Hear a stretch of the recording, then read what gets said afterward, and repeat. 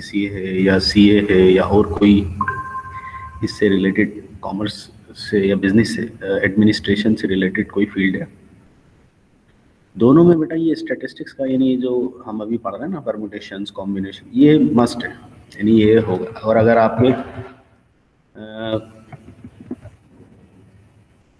Guardians में या कोई वालेकुम अस्सलाम कोई है अगर आपके सर्किल में, तो आप उससे बात उनसे ये बात कंफर्म भी कर सकते हैं। तो मेरे कहने का मकसद है कि आप इंजीनियरिंग साइड पर हो या एडमिनिस्ट्रेशन साइड पर हो, ये जो कोर्स ये जो भी हम चीज़ें डिस्कस कर रहे हैं ना, ये आएंगी आपके सामने।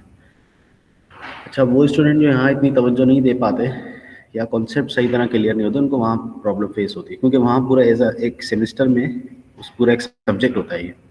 कहीं स्टैटिस्टिक्स के नाम से होता है, कहीं इंट्रोडक्शन टू द प्रोबेबिलिटी या सिर्फ प्रोबेबिलिटी के नाम से होता है, कहीं कुछ होता है कहीं कुछ होता है। टॉपिक्स में डिफर, कुछ जो बिल्कुल बेसिक्स स्टैटिस्टिक्स के हैं, स्टैट्स के हैं, वो भी हो सकते हैं, लेकिन ये भी यानी परमुटेशन कॉम्बिनेशन में एक बेसिक चीज़ है, फिर प्रोबेबिलिटी। तो इसको अच्छी तरह से समझ लें अभी, और अपने पास ना जो भी आपके नोट्स वगैरह या जो भी आप काम करते हैं वो प्रॉपर बनाएं, ताकि आपको कभी भी नीड हो कॉन्सेप्ट वगैरह रिवाइज करने की, तो अपना लिखा हुआ ज़्यादा बेहतर आदमी को समझ में आता है, चाहे दूसरे का जितना अच्छा भी लिखा हुआ हो, लेकिन अपना जो लिखा हुआ अपनी हैंड राइटिंग में, वो बहुत अच्छा समझ में आता है। अच्छा, स्टार्ट कर दें बेटा। कुछ सवाल जो मैंने दिए थे उसमें से एक सवाल ये था, how many main, 4 main and 4 women, BCT data round table main and women, ये ऑल्टरनेट बिठाना है। तो ऑल्टरनेट बिठाने के लिए ये वही बात हो रही है, जैसे हम मिसाल के तौर पे अगर रॉ की बात करते हैं, तो रॉ में हम कहते हैं भाई इवन प्लेसेस पर आए, तो सिर्फ इवन प्लेसेस पर हम उसको अरेंज कर देते थे। इस तरह के सवाल हमने परमुटेशन में किए हैं। सिंपल जब रॉ में बात करते थे तो भाई लेट सपोज कि ये लेटर्स हैं इवन प्लेसेस पर आए और उतने ही लेटर थे, तो हमने कहा था कि भाई इवन प्लेसेस में उनको, यानी इवन प्लेसेस कितनी है, लेट सपोज 3 इवन प्लेसेस होती थी वहाँ रॉ में, तो हम तो 3 फैक्टोरियल, बाकी जो बच्चे थे उनका फैक्टोरियल। और चूंकि पूरे यानी सभी अरेंज करने होते थे तो हम मल्टीप्लाई करा देते थे। इसी तरह की कुछ चीज़ सिमिलर यहाँ पर है। बट यहाँ प्रॉब्लम क्या आ रही है बेटा, कि यहाँ साइक्लिक है ना, यानी सर्किल आ रहा है। तो सर्किल के लिए हमारे लिए क्या है बेटा, जी बेटा बोलें। और सर्किल कल हमने बात की है, एक चीज़ या जो भी आप अरेंजमेंट कर रहे हैं, जितने भी पर्सन हैं या जो भी है, एक चीज़ फिक्स होती है। याद है बेटा कल वाली बात, सर्किल के अंदर एक चीज़ को आपको फिक्स करना लाजमी है। और नहीं, इसमें डिवाइड बाय 2 इस वजह से नहीं होगा फिजा, वो दो अरेंजमेंट अलग अलग ही होंगी ना हमारे पास। सर्किल के अंदर -1 होता है, और ये जो नेकलेस या इस तरह की चीज़ें ना जहाँ पर क्लॉकवाइज और एंटी क्लॉकवाइज एक ही डायरेक्शन होती है, वहाँ होता है डिवाइड बाय 2। ठीक है, सर्किल के अंदर यानी राउंड टेबल है या इस तरह से कोई चीज़ है, वहाँ पर तो -1 इस वजह से कि एक चीज़ फिक्स कर दी, अब उसके रेफरेंस से आपको राइट हैंड भी मिल गया, लेफ्ट हैंड भी मिल गया, तो उसके रेफरेंस से अरेंजमेंट आप कर सकते हैं, लेकिन एक को फिक्स करना लाजमी है। अब इसमें चूंकि क्वांटिटी सेम है, अब क्वांटिटी अनइक्वल होती है ना, तो फिर वो सवाल कभी वैलिड होता है, कभी सवाल ही इनवैलिड हो जाता है। लेकिन यहाँ पर हम चूंकि इक्वल डेटा के ऊपर बात कर रहे हैं तो इक्वल डेटा है। अच्छा, इसमें भी बहुत सारे ऐसे सवाल पॉसिबल हैं जो हमारे मतलब सिलेबस से भी ऊपर है सवाल, तो इसमें बहुत सारे पॉसिबल है। लेकिन वही बात जैसे मैंने कल बताया था कि परमुटेशंस में भी बहुत सारे ऐसे टॉपिक हैं जो मतलब डिस्कस कर सकते हैं, लेकिन हमारे पास ना असल में इंट्रोडक्टरी लेवल है इसका, तो ज़्यादा असल में जिसके ऊपर बात करने की हम कोशिश करते हैं ना, तो वो स्टूडेंट्स को कन्फ्यूजन होनी शुरू हो जाती है बहुत ज़्यादा, कि सर वहाँ ऐसा क्यों नहीं है, वो वैसे ही ये टॉपिक जो हमारे सिलेबस में वो भी ज़ाहिर है कुछ स्टूडेंट्स को अभी भी कंफ्यूज कर रहा है, मैंने देखा है। तो बस इसको इतना ही रखते हैं। थोड़ी बहुत मैंने मतलब कोर्स से ऊपर जाके थोड़ी थोड़ी बहुत बात की है।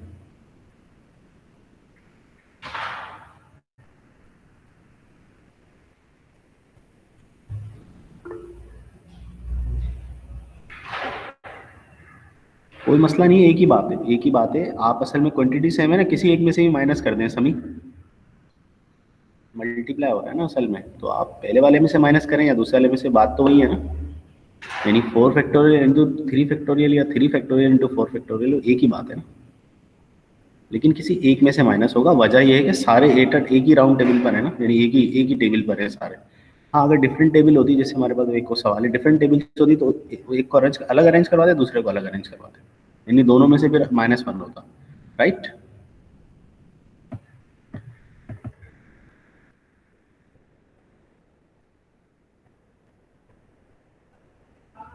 ठीक है समी, ये बात समझ में आ गई।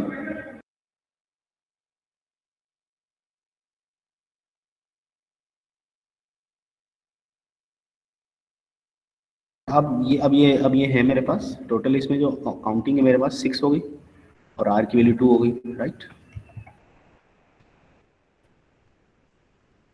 और एन एन और 6 यहाँ पर लगा दें। अच्छा, ये रो की अरेंजमेंट है, हम बात कर रहे थे सर्किल की, तो एन माइनस आर फैक्टोरियल बोले बस, क्योंकि वन तो होता नहीं है उसमें, one plus one minus one cancel हो जाएगा ना, अगर हम करेंगे भी वैसे करें अगर, तो वो plus one minus one cancel. ठीक है बेटा।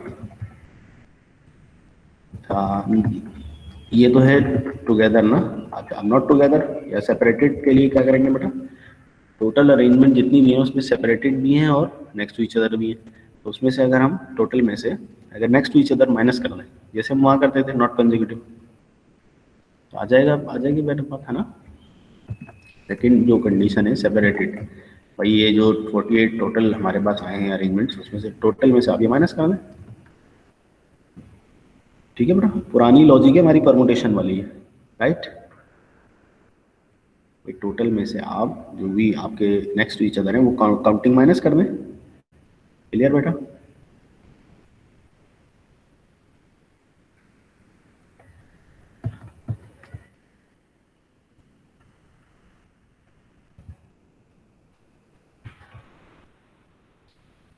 ये है बेटा मेरे पास 5 जो है वो मेरे पास पाकिस्तानी एंड 4 जो इंग्लिश में, 5 + 4 9 होगा ना बेटा, 9।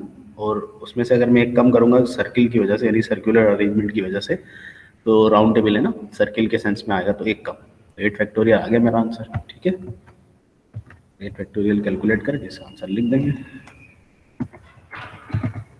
40320। पार्ट 2 में क्या था इसके बेटा, इंग्लिश में जो है वो सेट टुगेदर, ये वही बात आ गई बेटा। ये देखिए।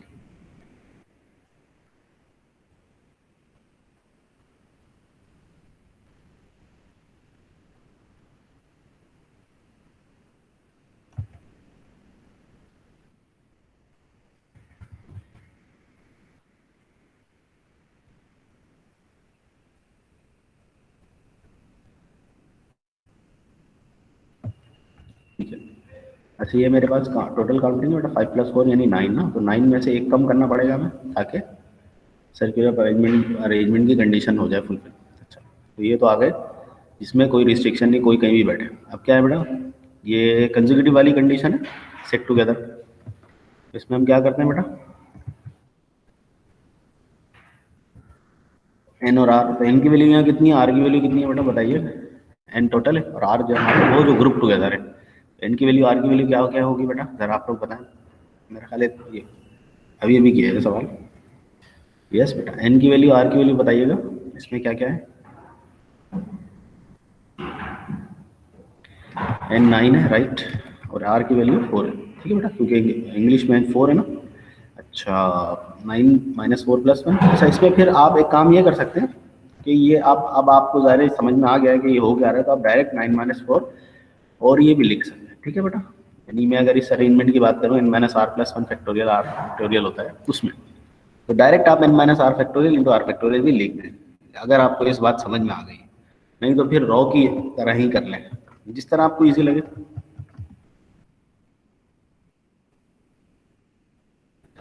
All four English are not together का मतलब ये है कि दो साथ हो सकते हैं, तीन साथ हो सकते हैं, लेकिन चारों के चारों एट अ टाइम साथ। हमने जो कंडीशन निकाली है वो तो ये निकाली है ना, जैसा मैंने यही कहा ना कि वो असल में +1 था और -1 करना था, तो वो वही बात आ जाएगी ना आपकी। ठीक है, +1 तो उसकी रो की अंदर करते थे, और -1 हमें सर्किल के अंदर करना है, तो वो एट लास्ट कैंसिल ही होना है ना।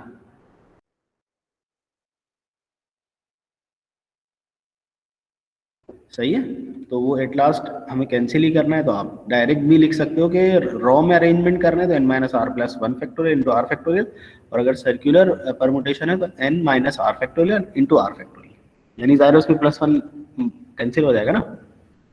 ठीक है फिजा।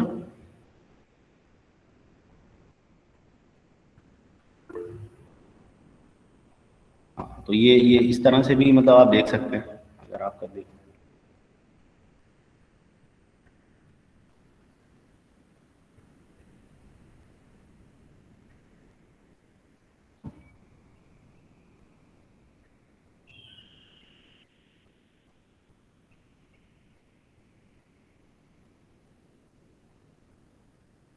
ठीक है बेटा, आगे बढ़ें, बल्कि मेरे ख्याल है सवाल ही ख़त्म हो गए शायद, हमारे सारे यही सवाल थे। और वो रिंग वगैरह के थे, तो हमें याद है कि रिंग के अंदर क्या करते हैं हम, n-1 तो होता है सर्कुलर पर, यानी वो सर्किल की तरह है ना, डिवाइड बाय 2 फैक्टोरियल भी आता है बस, ठीक है। फिर इसी तरह से की का रिंग हो गया या नेकलेस वगैरह के लिए, तो वही n-1 फैक्टोरियल अपॉन 2 फैक्टोरियल। तो वो आप लोग देखिएगा बेटा, बाकी जो इसके सवाल थे, ठीक है, मैंने क्लासरूम में तो अपलोड किए हैं एज एन असाइनमेंट, तो जब भी आप लोग करते हैं तो उसको देख लीजिएगा, कुछ ये सवाल है और फिर बाकी जो है ना वो फिर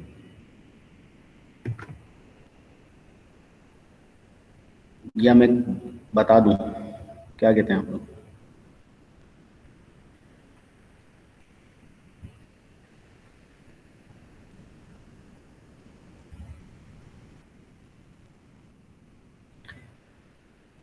हाँ, वो आप लोग कर सकते हैं, वो इतना मुश्किल नहीं है, सही है ना बेटा। मैं इसके साथ ही वो जो बाकी के भी है सॉल्यूशंस वो शेयर कर दूंगा, आप लोग देख लीजिएगा, कुछ स्टूडेंट ने सॉल्व किए भी हैं।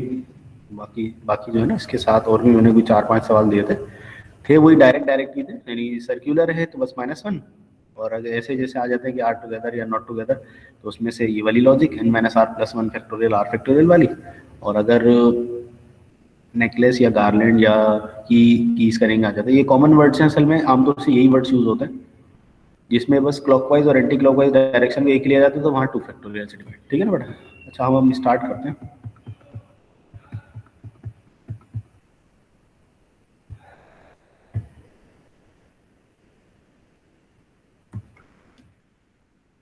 नंबर ऑफ कॉम्बिनेशंस, ठीक है बेटा।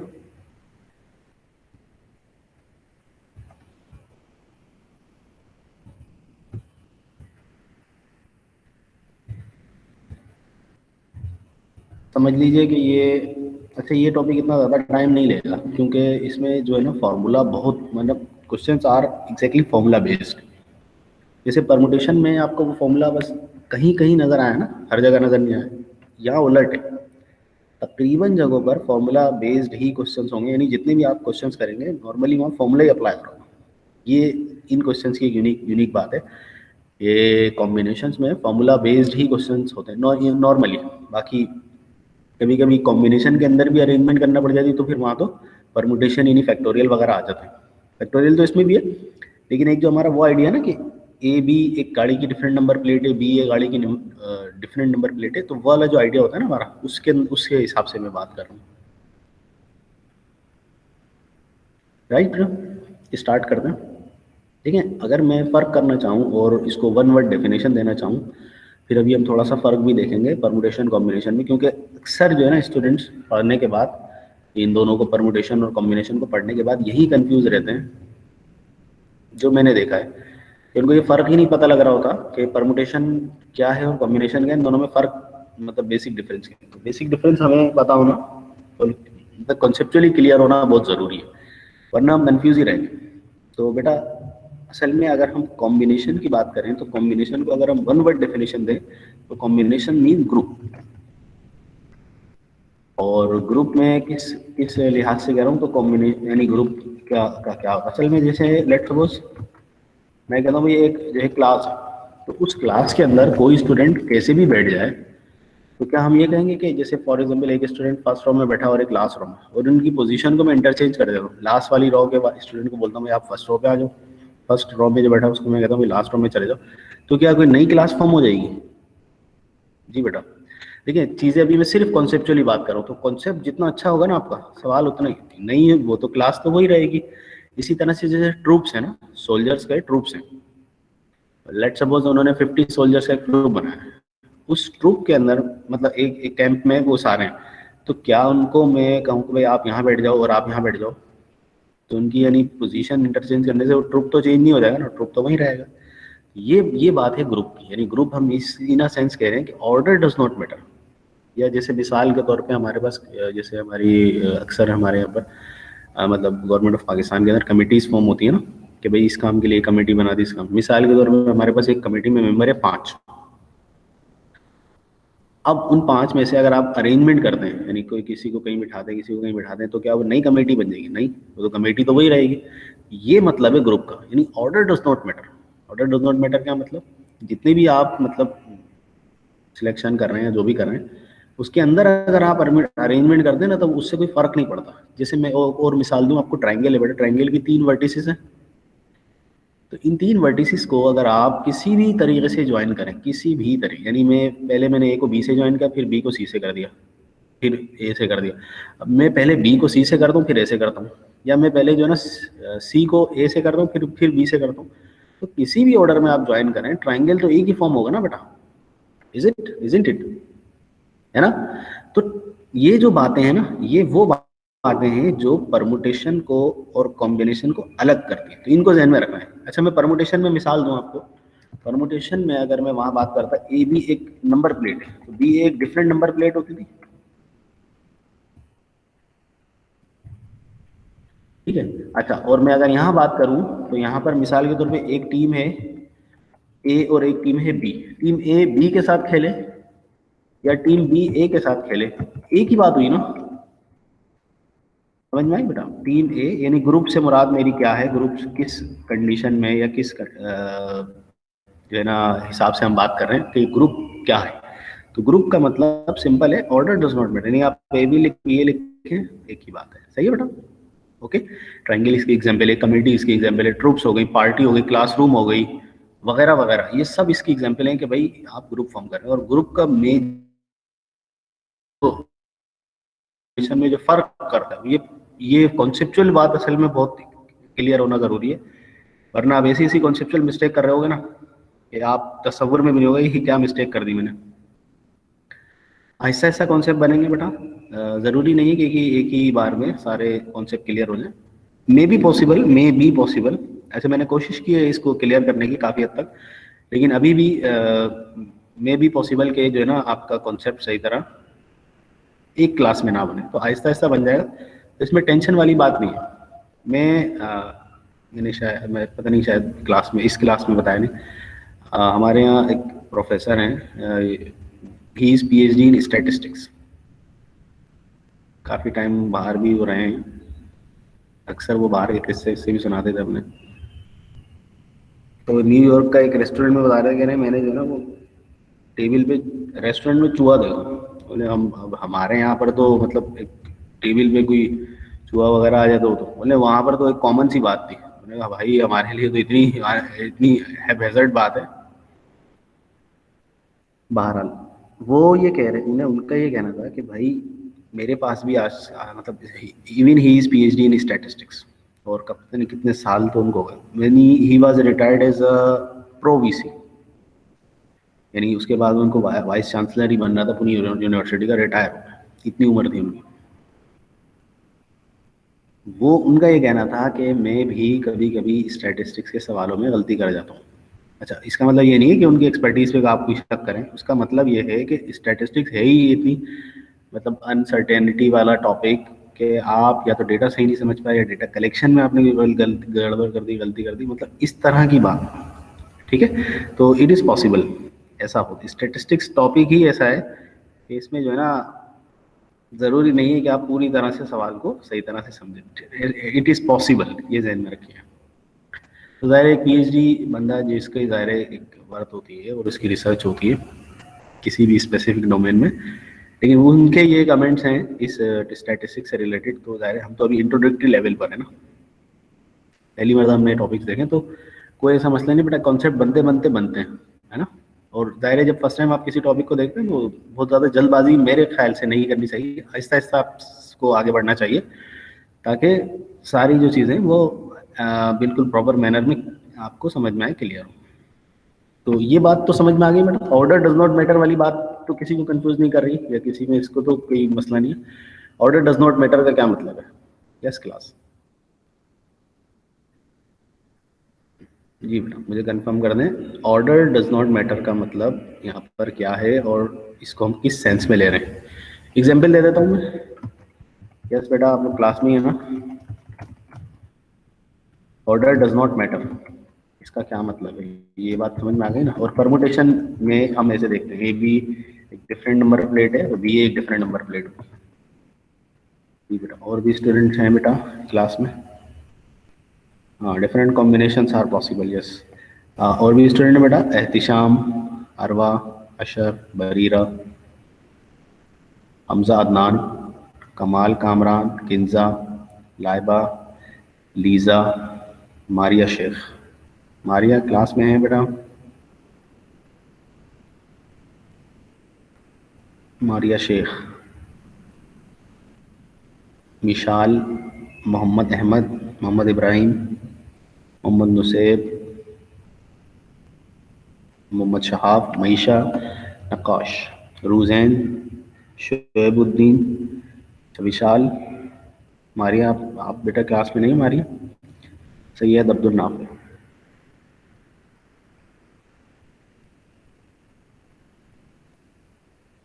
मारिया शेख,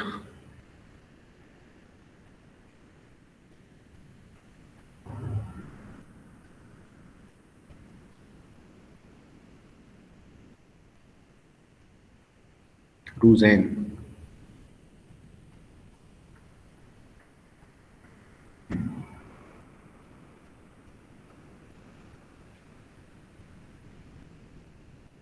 हमजा अदनान,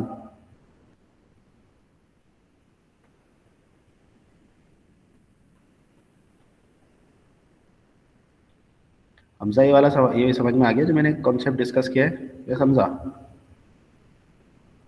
ओके, रूज़ैन राइट बेटा। हमजा अदनान, ठीक है, ओके फाइन फाइन। ठीक है, ऑर्डर डज नॉट मैटर का क्या मतलब है, यानी मैं इससे क्या बात डिस्कस करना चाह रहा हूँ, क्या बात जो है ना बताना चाह रहा हूँ वो है। अब बात करते हैं बेटा थोड़ी सी इसके जो, अच्छा फॉर्मूला में, अगर मैं फॉर्मूला बताता हूँ ना फिर सारे सवाल हम फॉर्मूला बेस्ड पर ही आ जाएंगे। पहले कुछ टेक्निकल जो डिफरेंसेस हैं वो मैं देख लेता हूँ बेटा, फिर उसके बाद हम आगे बढ़ते हैं, सही है ना। पहले कुछ ऐसे फर्क जो बिल्कुल ही इसको डिफरेंट करता है कॉम्बिनेशन से, कॉम्बिनेशन परमुटेशन को, वो देखते हैं पहले। तो पहला जो फ़र्क है ना बेटा इसमें, कि इसमें जो है ना चीज़ें तकरीबन कॉम्बिनेशन में इररेलेवेंट ही रहती है। इररेलेवेंट से मुराद क्या है, जैसे आप ट्राइंगल की बात कर रहे हैं तो तीन वर्टिसेस को आपने ज्वाइन किया तो वो किसी भी हवाले से ज्वाइन कर दें। जी जी मोहम्मद शाह, अक्सर सवाल मोहम्मद शाह, या आप खुद देखिएगा अभी एक्सरसाइज में हम सवाल करेंगे तो अक्सर सवाल वो यही होंगे, मतलब फॉर्मूला बेस्ड ही होंगे। और ये जो बहुत बहुत रेलिवेंट जो फर्क है वो ये वाला कि अरेंजमेंट ऑफ ऑब्जेक्ट्स को डिफाइन करना है तो परमुटेशन। अच्छा, कॉम्बिनेशन में क्या हो गया, कॉम्बिनेशन में आप अरेंजमेंट थोड़ी डिस्कस कर रहे हो, वहां तो आप ग्रुप्स बना रहे हो, ग्रुप्स फॉर्म। ठीक है बेटा। देखिए परमुटेशन में तो आप you are interested in arrangement, जैसे मैंने गाड़ी की नंबर प्लेट की बात की, ए बी एक डिफरेंट नंबर प्लेट है, बी एक डिफरेंट नंबर प्लेट है, तो यू आर इंटरेस्ट। परमुटेशन में क्या है, अरेंजमेंट तो आपका बेसिक पार्ट है, बेसिक चीज है, अरेंजमेंट अगर आप नहीं करोगे तो वो तो परमुटेशन किस बात की। और कॉम्बिनेशन में अरेंजमेंट की हम कोई ऐसे सच बात नहीं करते, यहाँ हम ग्रुप्स फॉर्म कर रहे होते हैं, राइट। ठीक है बेटा, तो ग्रुप्स फॉर्म करने को हम कॉम्बिनेशन बोलते हैं, तो इस वजह से यहाँ पर ये बात बिल्कुल हमें समझ में आती है। फिर उसको भी अगर हम सब डिवाइड करें तो मल्टीपल जो है वो परमुटेशन हमारे हाथ लग सकती हैं, हमें हमें मिल सकती है, सही है ना बेटा।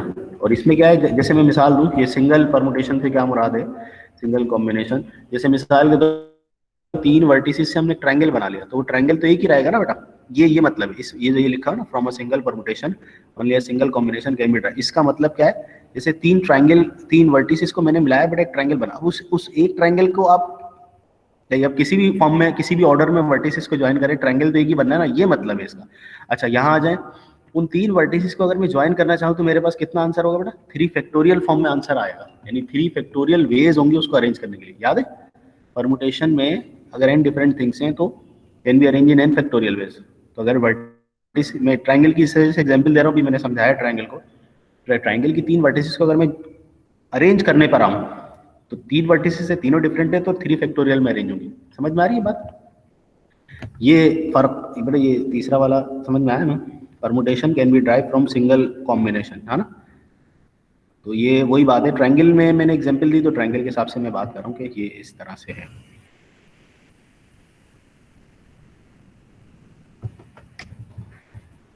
और अगर और आसान अल्फाज में जैसे मैं बोलूँ तो ऑर्डर्ड अरेंजमेंट यानी कि ए भी एक डिफरेंट नंबर प्लेट है, बी एक डिफरेंट नंबर प्लेट है, तो वो ऑर्डर्ड अरेंजमेंट हम परमुटेशन को बोलेंगे, ठीक है बेटा। और यहाँ अगर हम बात करें तो अनऑर्डर्ड से मुराद वही मेरी ग्रुप फॉर्म कर रहे हैं हम, तो अनऑर्डर्ड ही है। यानी आप ट्राइंगल की 3 वर्टिसेस को किसी भी ऑर्डर में फॉर्म कर दें तो वो ऑर्डर आपके लिए मसला ही नहीं कर रहा ना बेटा, ऑर्डर डज नॉट मैटर, ये वही वाली बात है, राइट बेटा। तो तकरीबन चीज़ें ये मतलब इन चारों, एक और पॉइंट भी था मेरे पास लेकिन खैर ये इतने इनफ है। और भी मतलब तरीके से या इन सब का आप कंक्लूजन निकालें तो कंक्लूजन यही आ रहा है कि आप ग्रुप फॉर्म करना चाह रहे हैं, है ना बेटा। अगर इन सब का आप कंक्लूजन निकालें तो कंक्लूजन यही आ रहा है कि अरेंजमेंट करना तो परमुटेशन है, और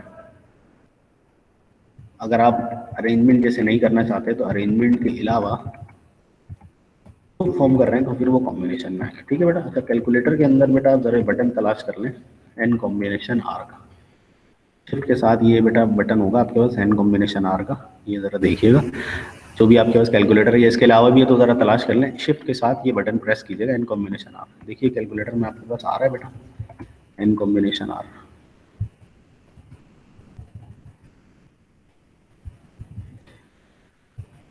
मिला बेटा आपको कैलकुलेटर में ये बटन मिला? हाँ बस इसमें आप देखें डेफिनेशन बाय डेफिनेशन जो है ना वो ये है, और डेफिनेशन को थोड़ा टेक्निकली समझते हैं, डेफिनेशन को टेक्निकली समझते हैं।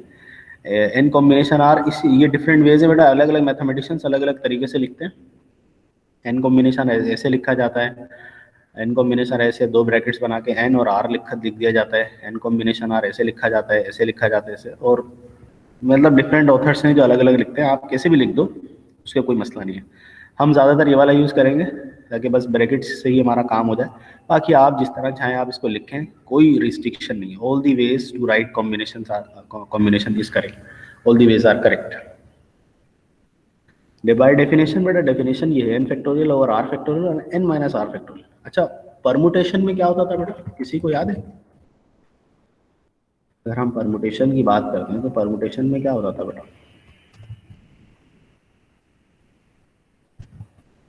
चलिए मैं बोलता हूँ कि ये एन परमुटेशन है। हम क्या फॉर्मूला देखते, क्या हमारे पास फॉर्मूला था, अभी अभी पढ़ा है वो, असल में मैंने फॉर्मूला एक साथ एंड में इसी वजह से रखा था कि वो मुझे चीज़ें भी कनेक्ट करनी थी, और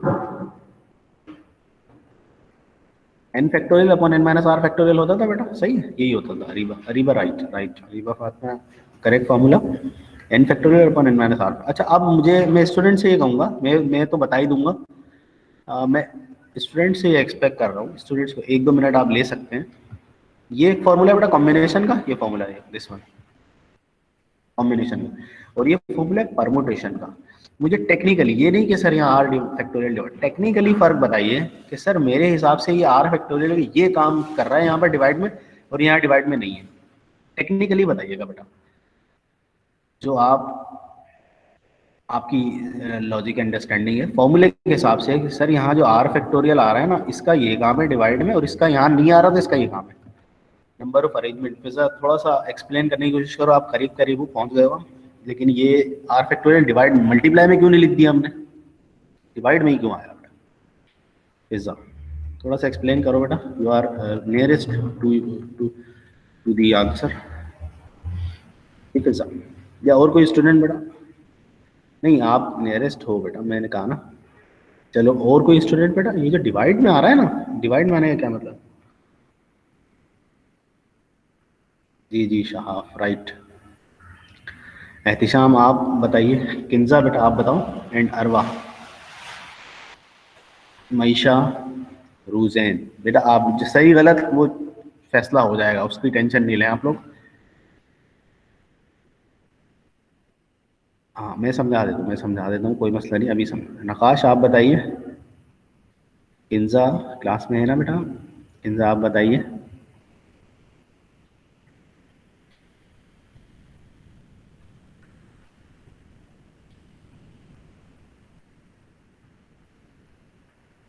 सिर्फ ये एहतिशाम या तो लिख दो कि ये मैं समझा देता हूँ। किंजा ये फॉर्मूलाज तो क्लियर है ना? जी जी अरवा। किंजा ये जो फॉर्मूलाज हैं, ये फॉर्मूला है, ये फॉर्मूला हमने प्रीवियस क्लास में पढ़ा बेटा, दो क्लासेस, प्रीवियस 2 क्लासेस में ये फॉर्मूला डिस्कस किया परमुटेशन का। और ये कॉम्बिनेशन का फॉर्मूला तो लिखने में जो लिखा हुआ है उसमें तो कोई इशू नहीं है। हाँ टेक्निकली ठीक है, वो डिस्कस कर लेंगे। अरवा यू आर एब्सोल्युटली राइट। असल में देखिए हो क्या रहा है परमुटेशन में, आप जरा वो याद करें बेटा, एक वर्ड हमने लिया था, इस वर्ड को अगर मैं अरेंज करना चाहता हूँ, परमुटेशन की बात कर रहा हूँ, परमुटेशन में अगर इस वर्ड को मैं अरेंज करना चाहता हूँ तो मुझे जरा कोई बताएगा बेटा, in how many ways I can arrange, बताएं बेटा। ये तो सबको याद होगा, इतना भी नहीं है। 2 फैक्टोरियल, और क्या लिखूंगा मैं बताइए? 3 फैक्टोरियल, यस और नो? यस और नो किंजा बेटा, राइट? हाँ, अब बस इसी इसी के अंदर जवाब छुपा हुआ है, मैंने करीब करीब ले गया आपको मैं। अब आप बताइए कि इन परमुटेशन आर में डिवाइड में आर फैक्टोरियल नहीं है और कॉम्बिनेशन में डिवाइड में आर फैक्टोरियल है। अब तो करीब करीब पहुंचा दिया मैंने। अब भाई अगर अब भी आप कंफ्यूज हैं तो पूरा जो है ना परमुटेशन दोबारा मुझे रिवाइज करना पड़ेगा।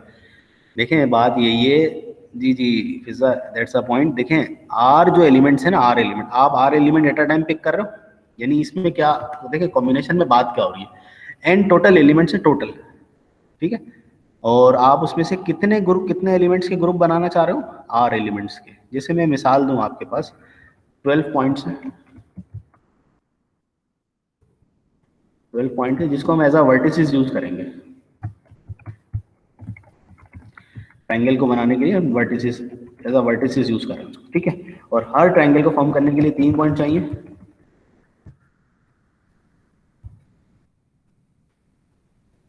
तो अब सवाल ये है कि how many triangles are possible.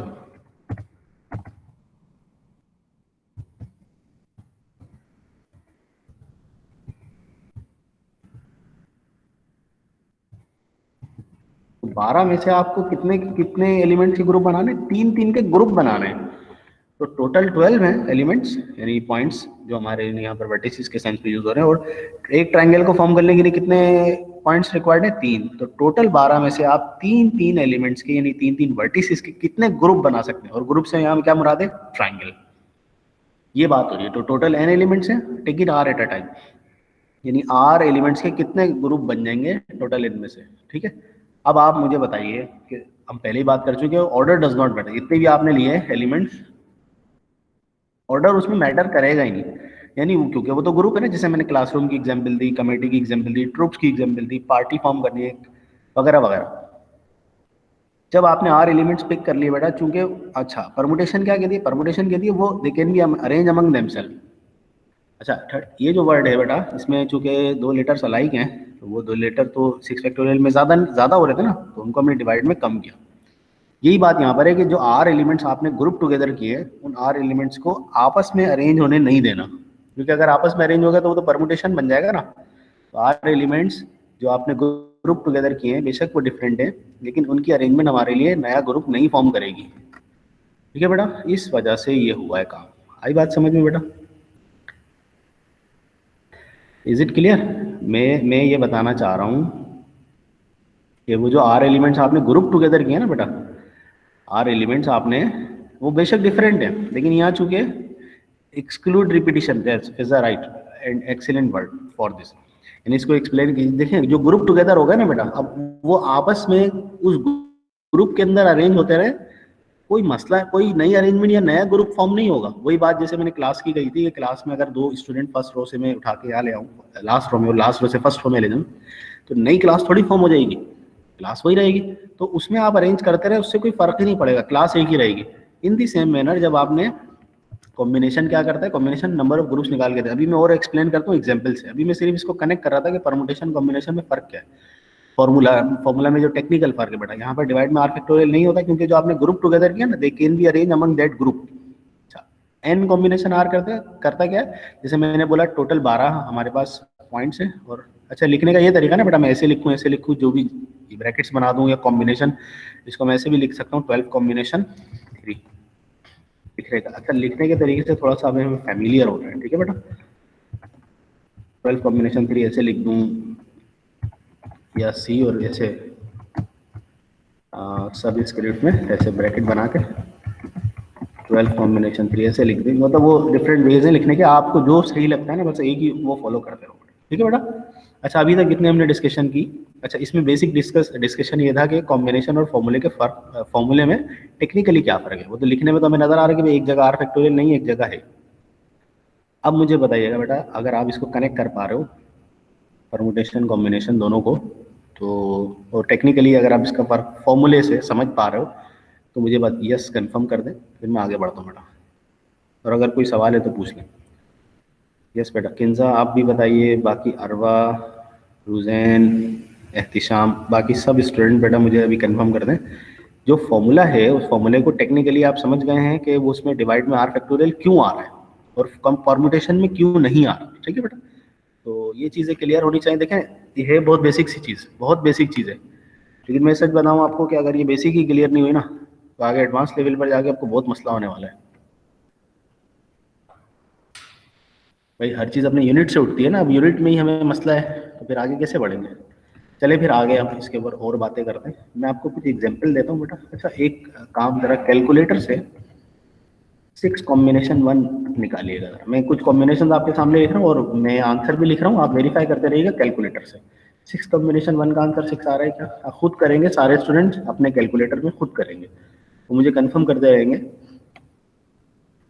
ठीक है, जो आंसर आपका आता जाए वो कैलकुलेटर में लिखते रहिएगा, सॉरी यहाँ पर लिखते रहिएगा, या बस कंफर्म करते रहेगा, वो भी इनफ है। मैं कुछ आंसर्स लिख रहा हूँ ताकि आपको कॉम्बिनेशन कैलकुलेटर से भी कैलकुलेट करना है, फिर हम इसको मैनुअली भी करते हैं कि पूरा अगर हमें करना हो, क्योंकि भरोसा नहीं है इनका कुछ। हाँ, भरोसा नहीं है कि किस तरह से क्या कर दें। ठीक है बेटा, 12 कॉम्बिनेशन 2 देख लें, 3 देख लें, 12 कॉम्बिनेशन 3, 12 कॉम्बिनेशन 11, देखिए are these all the answers are right, verify हो रहे हैं कैलकुलेटर में।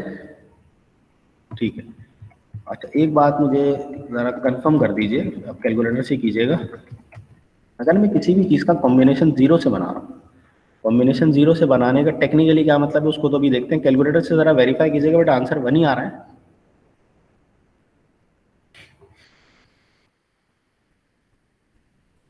अच्छा, और वो जो जीरो फैक्टोरियल 1 था ना बेटा, उसका आंसर यहीं पर है। जीरो फैक्टोरियल जो 1 था ना बेटा, उसका आंसर यहीं पर है।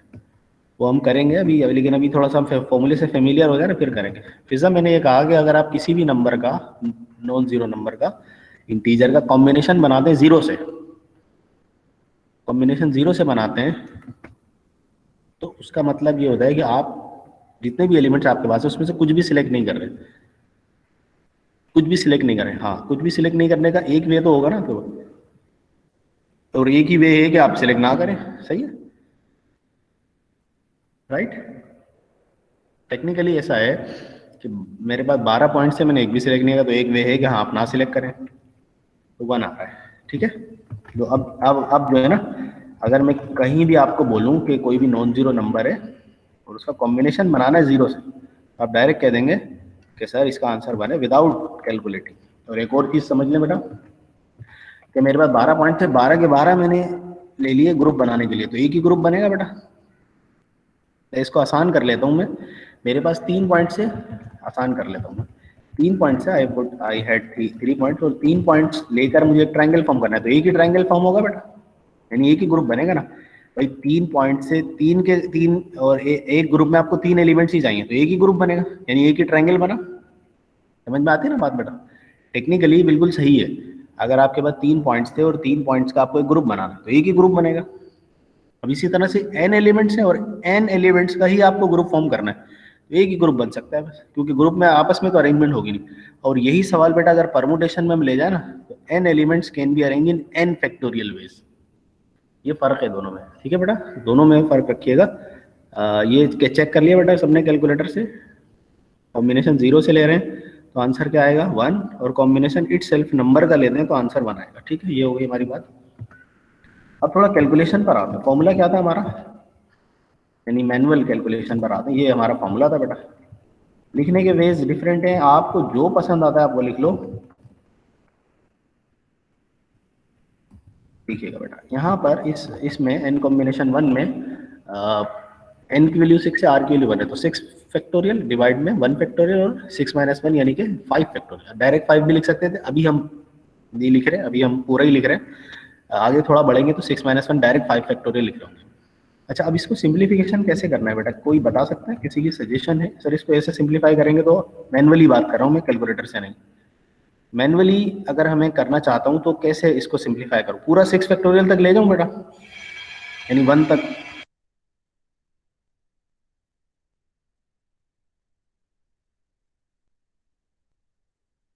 जी राइट बेटा, मैं इतना काम तो कर ही नहीं सकता ना। आप मिसाल के तौर पर अगर ये 200 होता तो 201 तक लिखना कोई आसान काम थोड़ी है, लेकिन आप वहां तक तो ले जा सकते हैं जहाँ तक ये कैंसिल होगा। अभी 1 फैक्टोरियल तो 1 हो गया, वो तो बेकार है, उसको लिखना ही बेकार है ना। 1 फैक्टोरियल तो 1 है ना बेटा, उसको क्या लिखते हैं हम?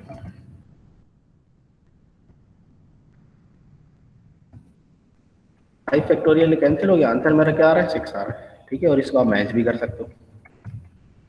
अब ये जरा निकालिएगा बेटा, 10 कॉम्बिनेशन 2, तो 10 फैक्टोरियल और डिवाइड में 2 फैक्टोरियल, 10 माइनस 2 यानी 8 फैक्टोरियल। अब ये कहाँ तक जाने वाला है ऊपर वाला नंबर बेटा, बताइएगा? 8 तक जाएगा। 10, 9 और 8 पे रोक देंगे, क्योंकि डिवाइड में 8 फैक्टोरियल कैंसिल होने के लिए पड़ा हुआ है ना बेटा। तो मैंने लिखा 10 इंटू 9 इंटू 8 फैक्टोरियल डिवाइड में 8 फैक्टोरियल, ये दोनों कैंसिल। 2 5 जा 5 9 45, आंसर आ गया मेरा, राइट।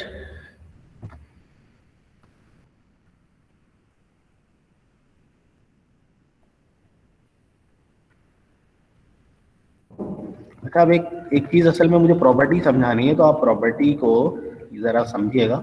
10 कॉम्बिनेशन 8 निकालें अगर ना, तो 10 कॉम्बिनेशन 8 कैसे निकलेगा बेटा? ऊपर 10 फैक्टोरियल, राइट, और यहाँ पर 8 फैक्टोरियल। ब्रैकेट में क्या आने वाला है? 10 माइनस 8, ठीक है, ये आने वाला है। अच्छा, अब आप मुझे जरा बताइए कि इसको अगर मैं और एक्सपेंड करता हूँ, ये 8 फैक्टोरियल तो अपनी जगह पर है, तो 10 माइनस 2 क्या है बेटा? सॉरी, 10 माइनस 8 क्या है? 2 फैक्टोरियल। ये और ये एक ही जैसा है, ये और ये एक ही जैसा है बेटा, यस और नो?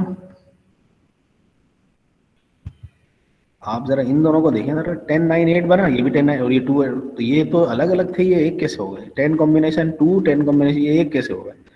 दोनों का आंसर 45 आ रहा है। आप कैलकुलेटर से भी मैच कर सकते हैं। ये क्या हो गया? ये क्या चीज है?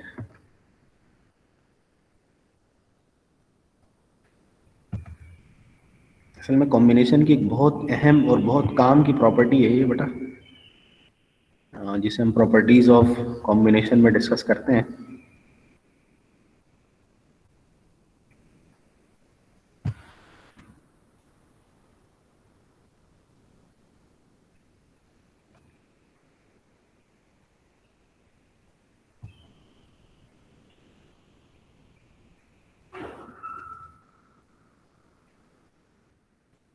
किसी को आइडिया हो रहा है बेटा ये हो क्या रहा है? हाँ, तो इसमें जो हमें समझना है ना बेटा,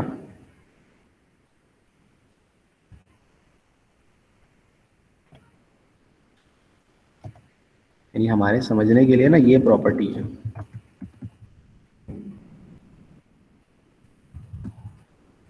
ये मैं यहाँ लिख देता हूँ और फिर आप उसको अप्लाई करके वेरीफाई कीजिएगा डिफरेंट अलग अलग उसमें। एन कॉम्बिनेशन अगर आप आर निकाल रहे हैं ना बेटा, तो वो एग्जैक्टली इक्वल होगा n combination n minus r के। वेरीफाई करता हूँ मैं जरा, देखिएगा जरा। असल में प्रॉपर्टीज यहाँ बहुत यूज होती हैं और बड़े बड़े कॉम्बिनेशन को ना फिर इजीली ऐसे डील कर लेते हैं। आप ये लिखे बेटा 10 कॉम्बिनेशन 10 माइनस 2, देख सकते हैं ना?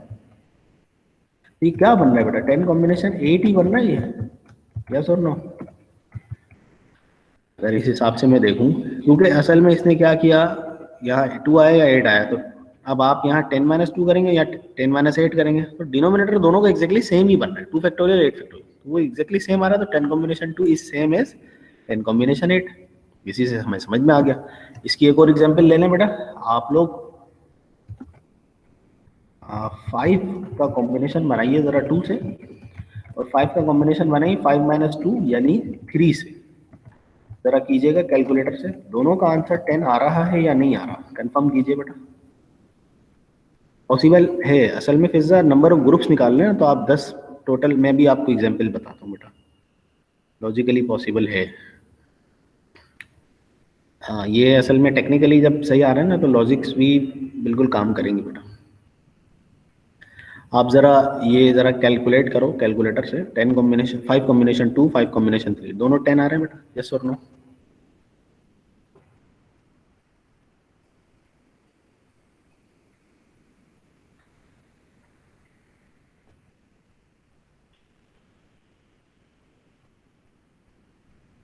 जी शहाब, मैं यही कह रहा हूँ, यही कह रहा हूँ।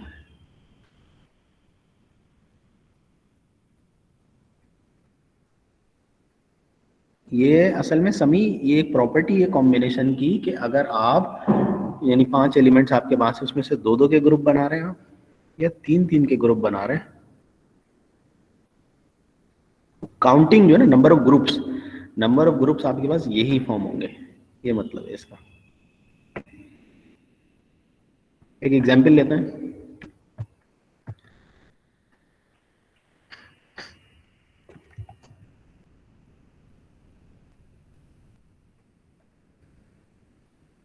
ये देखिएगा, मेरे पास बेटा कुछ टीम्स हैं ABCDE। अब कितने जो है मैचेस पॉसिबल है ये बताना है। तो ये काउंटिंग तो हम करते हैं, जैसे फिजा ने अभी सवाल पूछा सर कैसे पॉसिबल है, उससे रिलेटेड मैं एक जवाब देता हूँ। आप सिर्फ ये देखें बेटा,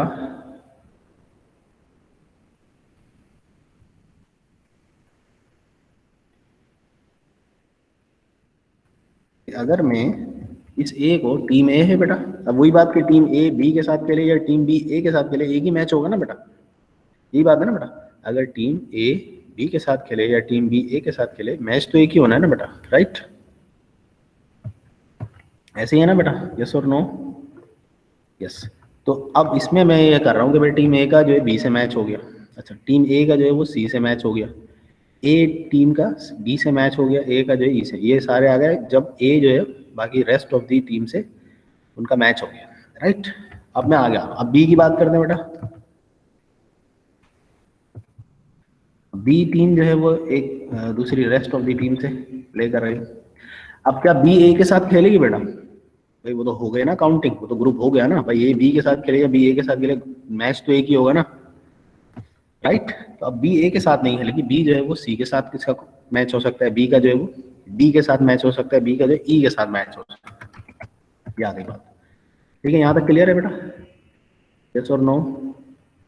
बी जो है ए के साथ क्यों नहीं मैच हो रही, क्यों क्यों जो है वो नहीं आ रही बेटा? वाई? बिकॉज क्योंकि ए के साथ बी का मैच हो चुका, ये रहा ना भाई, ए और बी। ठीक है बेटा, हाँ वो तो सेम मैच हो जाएगा ना। अब सी के ऊपर बात करते हैं, सी का मैच डी से हो सकता है, सी का मैच ई से हो सकता है बेटा, राइट? हो गया।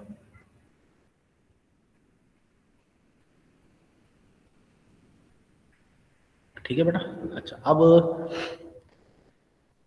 सी डी के साथ हो गया, सी ई के, अब क्या बचे, सिर्फ डी और ई बचे बस।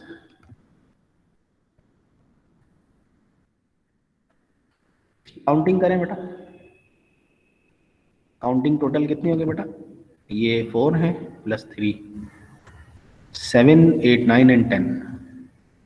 तो वही हमारा जो आंसर आ रहा था 5 कॉम्बिनेशन 2 का 10 आ रहा था बेटा। टोटल हमारे पास जो काउंटिंग बनी वो यही बनी बेटा।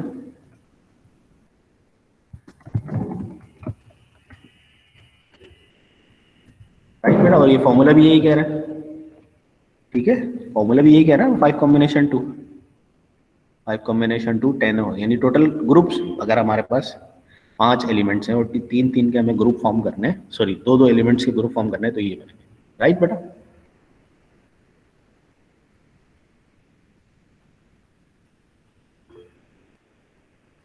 अच्छा फिजा, अब एंड बाकी स्टूडेंट्स बेटा, मैं थोड़ा सा टास्क दे रहा हूँ अभी 1 मिनट का। 3 एलिमेंट्स, ये जो 5 है ना, 5 जो आपको ABCDE, इसके बेटा 3 एलिमेंट्स के ज़रा आप लोग अपने पास पेपर पे ज़रा बनाइए, ज़रा सारे स्टूडेंट बनाए अभी। 3 एलिमेंट भाई, यानी 3 एलिमेंट्स हम एट अ टाइम पिक कर रहे हैं, और हाँ यानी ABC, ठीक है, वो ज़रा काउंटिंग अपने पास पेपर पे करें, अपने पास सुकून से कीजिएगा, कोई जल्दबाजी नहीं है, क्योंकि ये समझ में आना बहुत ज़रूरी है बेटा।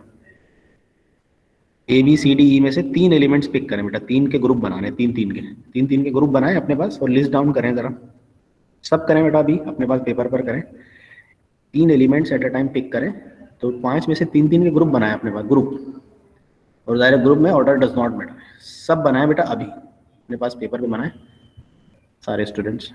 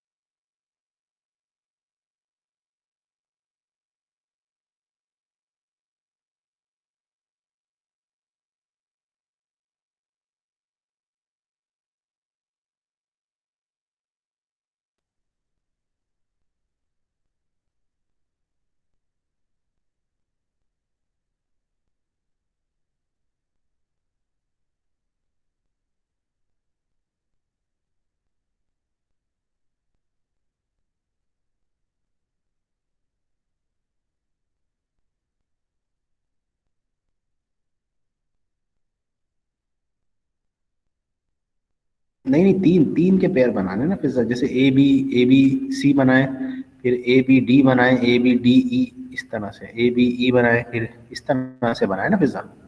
3 के बनाने हैं, 2 के नहीं बनाने, 3 के बनाने।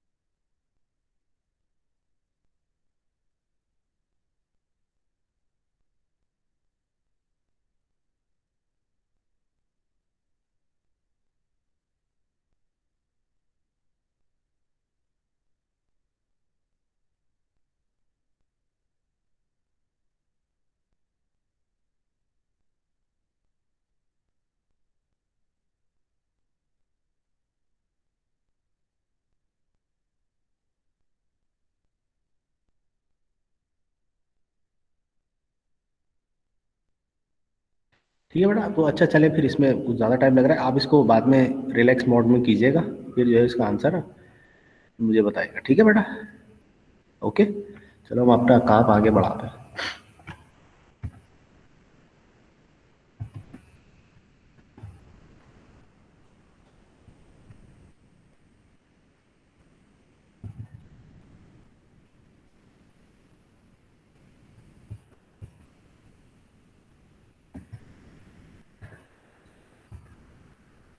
ये मेरा सवाल है बेटा, इस सवाल के अंदर ये पूछा जा रहा है, एमसीक्यू है, इस सवाल में ये पूछा जा रहा है कि आप आर की वैल्यू क्या डिसाइड करेंगे, 3 4 5 6 कौन सी वैल्यू डिसाइड करेंगे।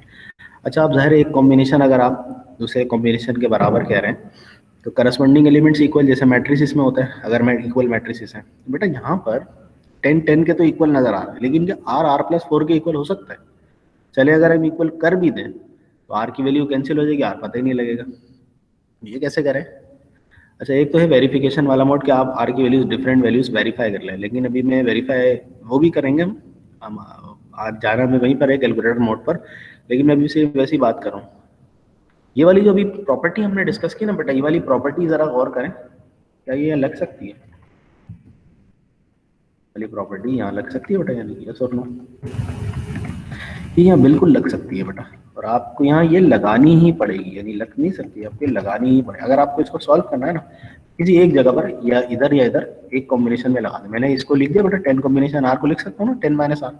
अब इन दोनों को कंपेयर कर लें, आर देखिए बिल्कुल इजीली आप आर की वैल्यू निकाल सकते हैं। 10 को 10 माइनस आर ना किसके बराबर, आर प्लस 4 के बराबर। R plus r 2r is equal to 10 minus 4, यानी 2r की वैल्यू 6, आर की वैल्यू आ गई थी, है ना? आ गए हैं बेटा, समझ में आया बेटा? तो और दूसरा क्या है, डायरेक्टली आप आर की वैल्यू कैलकुलेटर में रख के कॉम्बिनेशन निकाल लें और पहले से सॉल्व कर लें, वो एक ही बात है। मतलब both the ways are correct, लेकिन मैं इस फॉर्मूला बेस्ड, क्योंकि ये फॉर्मूला था इस वजह से मुझे ये मैंने ये बताया, ठीक है? बाकी आप आर की वैल्यू डायरेक्ट रख के उसको वेरीफाई करें। राइट, क्लियर है भाई? ये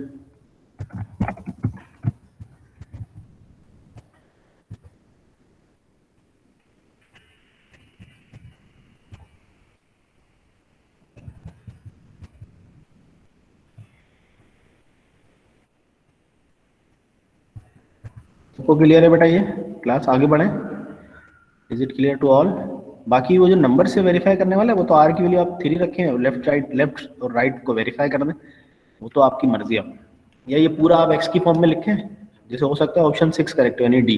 तो ये काम आपको 4 बार करना पड़े, तो आपने पूरा कैलकुलेटर में लिख दिया एक्स की फॉर्म में ना, 10 कॉम्बिनेशन एक्स माइनस 10 कॉम्बिनेशन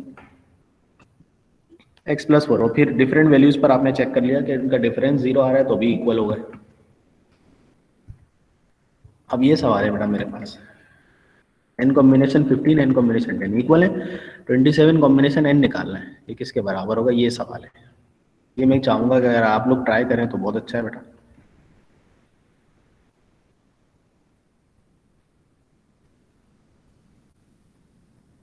जी बेटा, इक्वल करें, n निकालें पहले, फिर n के बाद यहाँ पुट करके 27 कॉम्बिनेशन n किससे इक्वल इक्वेट कर रहा है वो जरा निकालें। n की वैल्यू बता सकते हैं कोई, कैलकुलेट करके n की वैल्यू क्या आ रही है?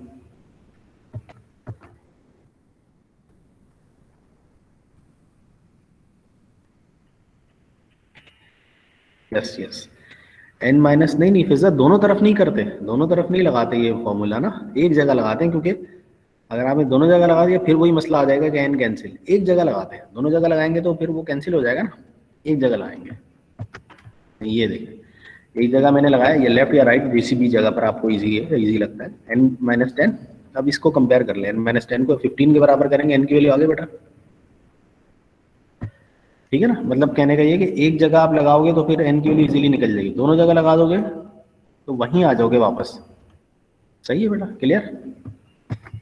n की वैल्यू आ गई बेटा,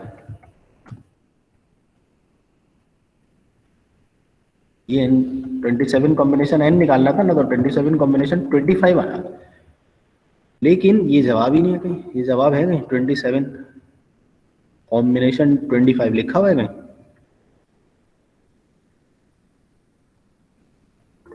नो, इसका मतलब क्या, ऑप्शन ही गलत है।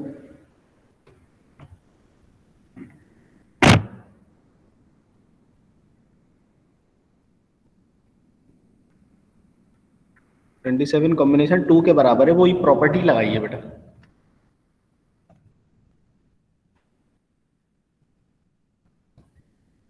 ट्वेंटी सेवन में अगर आप 27 माइनस 25 करेंगे तो 2 आ गया ना, 27 कॉम्बिनेशन 2, वही बात आ गई, वही बात आ गई ना बेटा। सही है शहाब, मैंने कहा कि अभी जो आपने प्रॉपर्टी ऊपर यूज की ना, ये वाली प्रॉपर्टी, ये वाली प्रॉपर्टी आप यहाँ लगाए इसमें 27 कॉम्बिनेशन, यहाँ ये है ना, इसमें अगर मैं 27 कॉम्बिनेशन n की वैल्यू तो आ गई ना 25, सही है? 27 का कॉम्बिनेशन अगर 25 से बनाते वो जवाब नहीं है, लेकिन आप ये प्रॉपर्टी लगाएं 27 माइनस 25, तो 27 कॉम्बिनेशन 2 बन जाएगा ना, ये तो ये रहा डी। बाकी आप इसको न्यूमेरिकली आंसर, हाँ न्यूमेरिकल आंसर निकालना तो वो भी सही है, न्यूमेरिकल आंसर निकालने तो वो भी सही है। ठीक है बेटा, मईशा आप बताइए, ये जो प्रॉपर्टी हमने लगाई 27 में से 25 माइनस किया तो 2 बना बेटा, तो 27 माइनस 2 है ना, 27 माइनस 25 विच इज 2, तो 27 combination 2 is same as 27 combination 25, right? Clear बेटा? ओके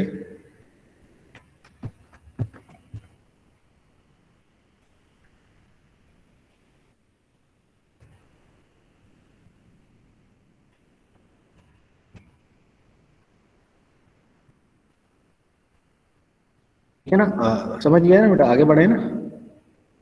वैसे तो मैं आगे बढ़ गया, लेकिन आगे कर रहा हूँ। बेटा ये n कॉम्बिनेशन, n परमुटेशन दिया, परमुटेशन भी आ गया इसमें, कॉम्बिनेशन भी आ गया। n permutation r 240, n combination r 120, equal n निकालना है बेटा। अच्छा, परमुटेशन भी आ गया, कॉम्बिनेशन भी आ गया, तो दोनों के फॉर्मूलाज लिख लेते पहले, है ना?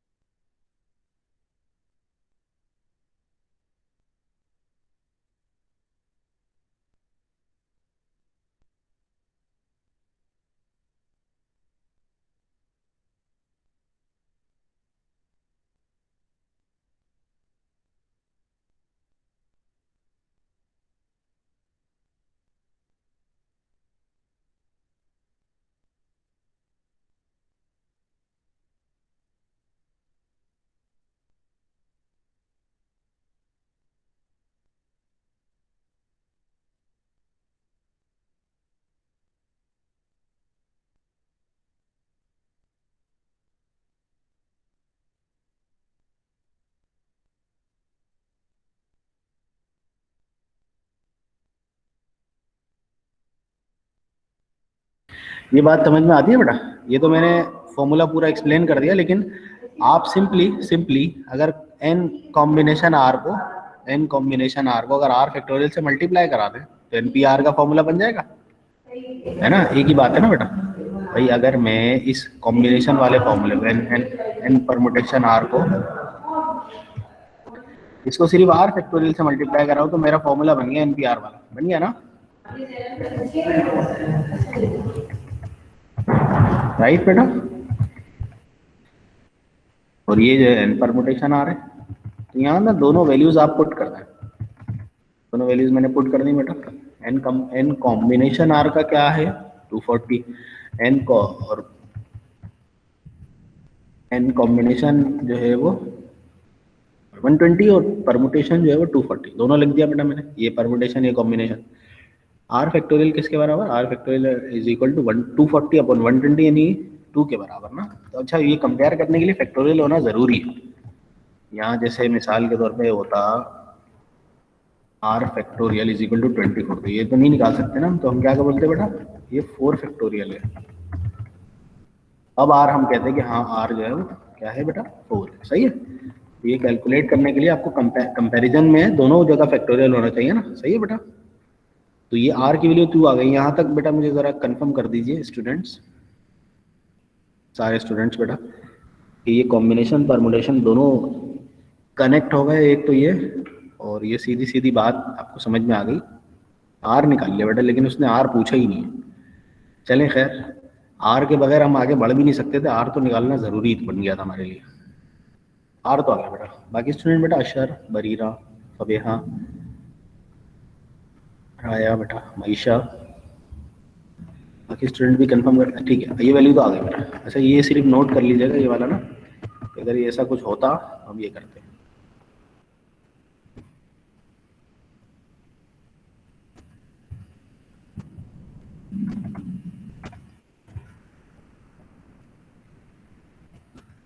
बस इसको नोट कर लीजिएगा अपने पास। सही बेटा? अगर ये आर फैक्टोरियल किसी के बराबर होता है तो हमें फैक्टोरियल फॉर्म में कंपैरिजन, ये तो टेक्निकली है, बाकी एमसीक्यूज के लिए सारे स्टेप्स रिक्वायर्ड नहीं होते, तो हम उसके अंदर कोई इतना मसला नहीं करते। अब यहाँ मसला कुछ और है बेटा। यहाँ पे आपको आर तो निकालना ही नहीं था, एन निकालना था। अब एन कैसे लाए? यहाँ से यहाँ से लाएं, यहाँ से लाएं, ऐसे तो आप किसी को भी यूज़ कर ले, कॉम्बिनेशन से या परमुटेशन से एक रिजल्ट तो आपको दिया हुआ है ना बेटा, है ना, एक one of the result is here. तो अगर चले मैं अगर कॉम्बिनेशन चल रहा है, कॉम्बिनेशन की अगर बात कर लूँ, तो एन कॉम्बिनेशन आर किसके बराबर बेटा, कॉम्बिनेशन ही चल रहा है ना, उसी से निकाल लेते हैं। एन कॉम्बिनेशन आर किसके बराबर बेटा, एन कॉम्बिनेशन 2 के बराबर, क्योंकि आर तो मुझे पता लग गया ना। अच्छा, by formula I can verify, मैं वेरीफाई भी कर सकता हूँ कि एन की कौन सी वैल्यू इसको वेरीफाई कर रही है बेटा। कैलकुलेटर से अगर मैं 12 13 14 सॉरी 15 16 16 लगाता हूँ तो 16 देखें वेरीफाई कर रहा है, कैलकुलेटर से 16 देखें बेटा,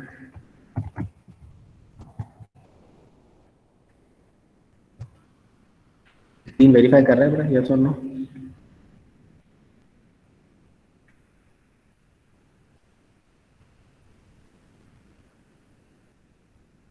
पिज्जा 240 कौन सा बेटा,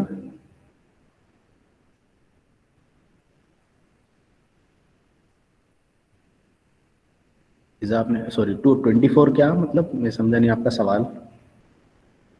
मैं एग्जाम्पल दे रहा था, अगर आर फैक्टोरियल 24 के बराबर होता तो आर कैसे निकलता, एग्जाम्पल दी।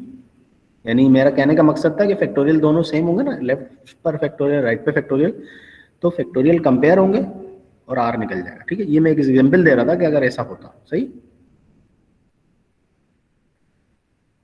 ठीक है बेटा, क्लियर है। मईशा मैंने ये कहा, चले आप एक काम करो बेटा, आप ना इसको एक्सपेंड करो जरा।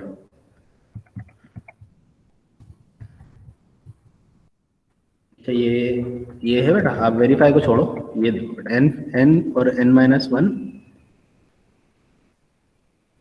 ठीक है, पूरा ही लिख दे रहा हूँ, एन फैक्टोरियल है, यहाँ आएगा एन 2 फैक्टोरियल और एर और एन माइनस 2 फैक्टोरियल, ऐसे होगा बेटा मईशा। अब आप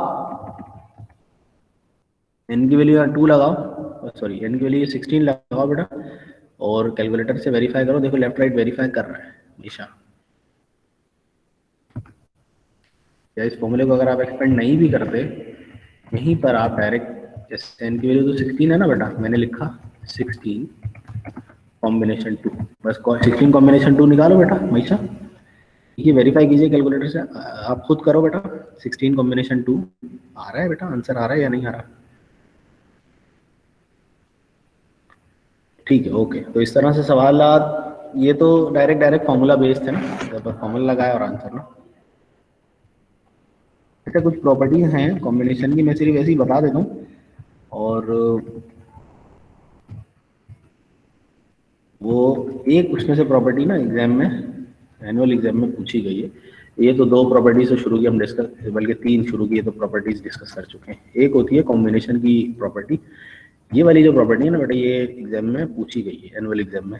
जब सीआरक्यू होता था तो सीआरक्यू में वेरीफाई करनी होती थी। अब इसको इजीली ऐसे वेरीफाई कर सकते हैं कि एन और आर की कोई भी वैल्यू ले लें, और हमें अंदाजा होता है बेटा एन की वैल्यू ऑलवेज ग्रेटर देन और इक्वल टू आर रहेगी, आर बड़ा नहीं हो सकता इनसे, क्योंकि ये वही बात होगी कि आपके पास अगर 5 एलिमेंट्स हैं, 6 के ग्रुप कैसे बनेंगे ना, 5 में से ज्यादा मैक्सिमम 5 के ही बन सकते हैं ना, तो ये वही बात होगी कि आर जो है ना लेस देन इक्वल रहेगा एन के, आर बड़ा नहीं हो सकता इनसे। आपने सिर्फ ये वैल्यू लगाई, 3 कॉम्बिनेशन 2, 3 कॉम्बिनेशन 2 माइनस 1, यानी 3 कॉम्बिनेशन 1, और यहाँ 3 प्लस 1 4, 4 कॉम्बिनेशन 2, इसका आंसर 6 है, यहाँ 3 प्लस 3, देखिए वेरीफाई हो रहा है ना। और आप कोई और नंबर भी इसको रख के वेरीफाई कर सकते हैं। ठीक है, वेरिएबल्स में रख के इसको सॉल्व करना वो लेंदी काम है, अभी मैं वेरिएबल वाला नहीं कर रहा, लेकिन वैसे ये वेरीफाई हो रहा है ये वाली प्रॉपर्टी में ना। ये वाली प्रॉपर्टी बस एक ही मतलब 2 मरतबा एनुअल एग्जाम में पूछी गई है वैसे, वेरीफाई करने के लिए। अभी एक 2019 में ही आई थी और एक उससे पहले पास पेपर। बेटा कुछ सवाल करते हैं इसके,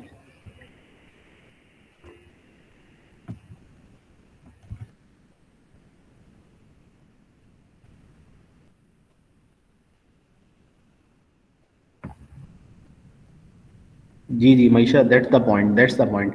देखिए वही बात है ना, ये लॉजिक के भी खिलाफ हो गया ना, कि आपके पास 5 मेंबर थे, आप 6 का ग्रुप बनाना चाह रहे हैं, पॉसिबल नहीं है ना। 5 मेंबर में से मैक्सिमम 5 का ही ग्रुप बन सकता है ना। आप 3 का ग्रुप बना लो, 4 का बना लो, 5 के 5 में से ग्रुप बनाओगे तो एक ही ग्रुप बनेगा। आपके पास मेंबर हैं 5, आप चारों कमेटी में 6 मेंबर हो जाए, पॉसिबल नहीं है ना बेटा, है ना। तो जैसे मैं आपको जब मैंने परमुटेशन स्टार्ट किया था तो मैंने बोला था कुछ चीज़ों को लॉजिकली भी यानी प्रैक्टिकल लाइफ के अंदर आकर भी बहुत सारी चीज़ों को सोचना पड़ता है यहाँ पर परमुटेशन कॉम्बिनेशन में। जैसे अभी एक सवाल है, बहुत इंटरेस्टिंग क्वेश्चन है। अच्छा हाँ, हम स्टार्ट करते हैं क्वेश्चंस। अच्छा ये तो बेसिक जो चीज़ें थी ना बेटा, मैक्सिमम हद तक मैंने कोशिश की क्लियर करने की। आज थोड़ा मौका लगे, अगर जब भी आपको प्रैक्टिस वगैरह इसकी करेंगे तो ये क्लियर हो जाएगा। मैं आपको कॉम्बिनेशन के सवाल करवा रहा हूँ और आंसर जो है ना वो आप खुद से अभी अभी है आंसर में भी नहीं पढ़िएगा। आंसर आप वो बात की कहानी है, आंसर लिखना ना उसका, सिर्फ लॉजिक समझिएगा कि कॉम्बिनेशन किसका किससे बन रहा है। क्योंकि आंसर निकालना तो अब हमारे लिए मसला नहीं है, कैलकुलेटर से हमारे पास और हमें आता भी है, फॉर्मूले से भी आता है। तो अब आप आंसर पे मत फोकस कीजिएगा, लॉजिक जो बन रही है ना बट उस पर फोकस कीजिएगा और लॉजिक को समझने की कोशिश कीजिएगा, ठीक है। मैं हो सकता है बहुत सारे सवाल ऐसी कॉम्बिनेशन में ही छोड़ दूँ, क्योंकि उस वक्त मेरी प्रियोरिटी लॉजिक होगी, आंसर लिखना नहीं, ठीक है। तो टोटल मेरे पास बेटा ये सवाल है, टोटल बॉयज जो है 5 हैं और 4 गर्ल्स हैं। In how many ways 2 class representative can be selected, ये सवाल है मेरा, ठीक है बेटा। तो डेटा अगर मैं बनाऊं तो टोटल कितने हो गए बेटा, 5 और गर्ल्स, राइट। और फ्रॉम ऑल का क्या मतलब है, कितने मेंबर मेरे पास है टोटल, टोटल कितने हमारे पास बेटा हैं, total 5 + 4, sorry 4 girls are 4, right girls are 4, यानी कि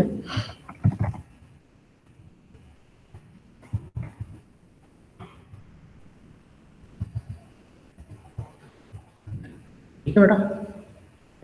ये हो गई मेरे पास क्वांटिटी टोटल 9। और अगर हम इसमें से वो निकालो, अब ये टीम वाली बात करें ना, यानी मेरे पास अगर 8 टीम्स हैं और 8 टीम्स में से मुझे एक दूसरे का मैच करवाना है and every team has to play with rest of the one, how many matches are possible, ये मैं बता रहा हूँ। नहीं बेटा यहाँ अरेंज नहीं करना, ये मिस्टेक हो रही है बड़ी।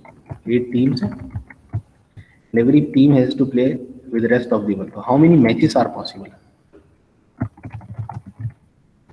मैच आप ऐसे बात करेंगे कि मैच जो है ना एक ग्रुप है, एक मैच होना ग्रुप है किसका, टोटल 8 टीम से 8 में से आप 2-2 के ग्रुप कितने बना सकते हो, ये बात हो रही है ना बेटा। पिज्जा आपने क्या किया, 9 फैक्टोरियल 8 फैक्टोरियल मीन्स 9 एलिमेंट्स को अरेंज कर दिया आपने। तो 9 एलिमेंट्स को अरेंज तो नहीं करना, क्योंकि अगर अरेंज करेंगे तो वो नए थोड़ी फॉर्म होंगे। समझ में आ रही है पिज्जा बात, ये जो 9 और 8 फैक्टोरियल आपने किया इसका मतलब है 9 एलिमेंट्स अलग अरेंज हो रहे हैं और 8 एलिमेंट्स अलग अरेंज हो रहे हैं, यानी 8 + 9 17 एलिमेंट्स आपने अरेंज कर दी। फिजा समझ में आई मैं, मल्टीप्लीकेशन रूल जब हम यूज करते हैं जब हमें टोटल एलिमेंट्स यूज करते हैं, ठीक है फिजा। हाँ ये गलत होगा, और गलत क्यों होगा मैंने लॉजिक आपको क्लियर कर दी। इसका सिंपल सा आंसर है 8 कॉम्बिनेशन 2, सिंपल सा आंसर है, ठीक है बेटा। और 8 × 7 डिवाइड बाई 2, और 7 4 28 मैचेस होंगे।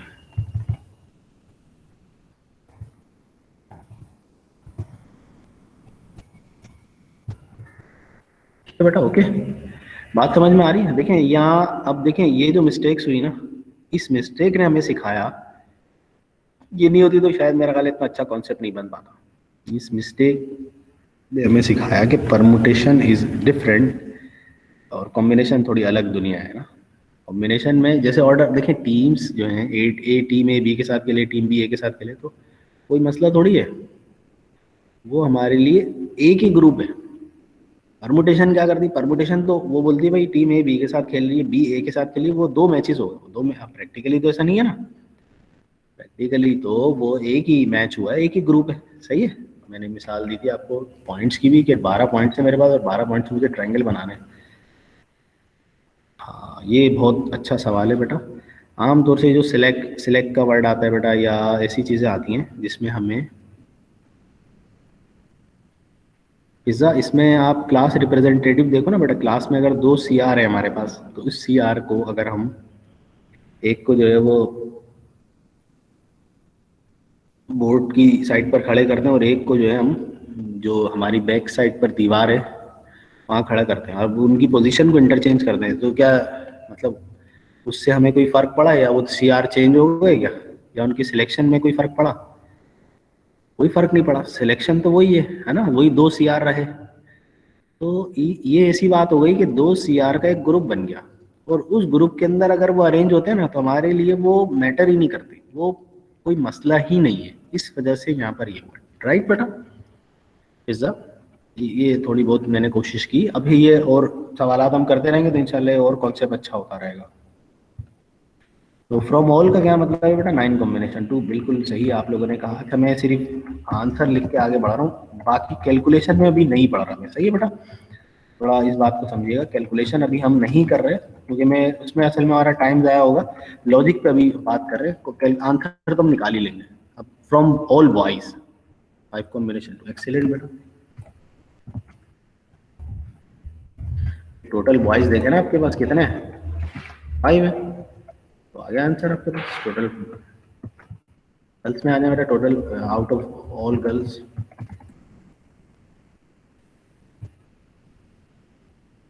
अब बोले बेटा, सिलेक्शन हो रही है आउट ऑफ गर्ल्स, तो टोटल गर्ल्स कितनी है? 4 है ना बेटा, तो 4 गर्ल्स में से आप 2-2 करके सिलेक्ट कर लें। नंबर 4 बेटा, 1 गर्ल है और 1 बॉय। अब आती है बात अलग कॉन्सेप्ट की ना, थोड़ा सा कॉन्सेप्ट यहाँ चेंज होगा। एक आपको गर्ल और एक, अच्छा क्लास में रिप्रेजेंटेटिव कितने चाहिए थे बेटा? मैं इसको 2 को ना थोड़ा अब हाईलाइट कर देता हूँ, 2 चाहिए। तो जब 2 चाहिए ना फिजा, जैसे आपने भी वहाँ पर 9 फैक्टोरियल 8 फैक्टोरियल मल्टीप्लाई किया, और मैंने कहा था कि आप ये ज़रा समझिए कि फिजा आपने जो है ना 17 एलिमेंट्स को अरेंज कर दिया। तो 17 मैंने क्यों कहा फिजा? क्योंकि आपने यहाँ फिजा जो आपने लिखा था ना बेटा, मैं उसी की एग्जाम्पल ले रहा हूँ, वो तो परमुटेशन का ही बात है, लेकिन मैं सिर्फ उसको कोड कर रहा हूँ यहाँ पर। तो यह 8, 8 + 9 टोटल 17 हो गया ना।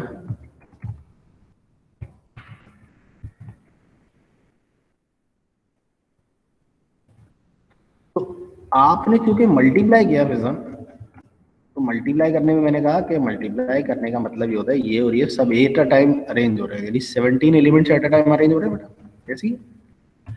अब अगर मैं यहाँ कह रहा हूँ कि एक गर्ल और एक बॉय, मुझे एट अ टाइम 2 रिप्रेजेंटेटिव चाहिए, तो इसे मुझे मल्टीप्लाई करना पड़ेगा। मुझे मल्टीप्लाई देखें क्यों करते हैं, मल्टीप्लाई उस वक्त तक करते रहते हैं बेटा, नहीं मल्टीप्लाई उस वक्त तक करते रहेंगे जब तक आपका इवेंट कंप्लीट नहीं होगा। इवेंट कंप्लीशन से क्या मुराद है?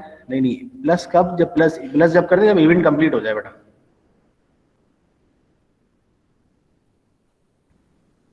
प्लस कब करते हैं? या तो इवेंट कंप्लीट, इवेंट कंप्लीशन से क्या मुराद है? आपको कितने रिप्रेजेंटेटिव चाहिए at a time? At a time 2 चाहिए ना,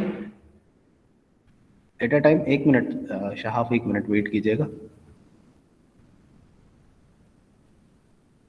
एट अ टाइम कितने रिप्रेजेंटेटिव चाहिए बेटा? 2। तो 2 हमें लाजमी तौर से एट अ टाइम चाहिए। इसका मतलब क्या हुआ? आप जब तक मल्टीप्लाई करते रहेंगे जब तक आपका इवेंट कंप्लीट ना हो। इसके और भी सवाल है मेरे पास ये कॉन्सेप्ट बनाने के लिए, कि जितनी हमें टोटल सिलेक्शन करनी है, जब तक वो नहीं हो जाते टोटल सिलेक्ट, तब तक आप मल्टीप्लाई करते रहेंगे। तो इसका जवाब क्या होगा बेटा? गर्ल्स गर्ल्स कितनी है? 4। इसका कॉम्बिनेशन 1 ही नहीं, एक गर्ल होगी और जो दूसरा वाला होगा वो बॉय होगा। 5 कॉम्बिनेशन 1 है, और इसका आंसर 4 × 5 20 आंसर है। अब आप कहते हैं सर वो क्यों गलत है, वो मैं बता देता हूँ क्यों गलत है। वो जो आपने लिखा वो क्यों गलत है वो मैं बता देता हूँ।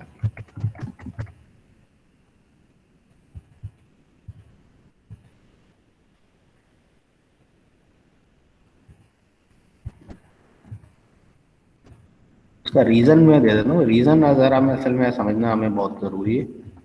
इस पार्ट 4 में वो रॉन्ग कॉम्बिनेशन वो क्यों हो रहा है, वो गलत क्यों हो रहा है, और ये वाला सही क्यों है। देखिए आपने कहा सर आप ऐसा करें 4 कॉम्बिनेशन 1 निकालें और उसमें प्लस कर दें। अच्छा ये 4 कॉम्बिनेशन 1 कर क्या रहा है बेटा? सिलेक्ट,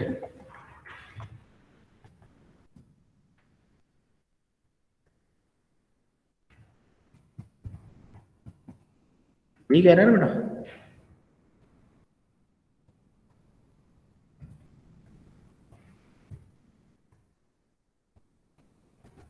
वाइस 5 है और ये 5 कॉम्बिनेशन 1 क्या कर रहा है? Select 1 boy.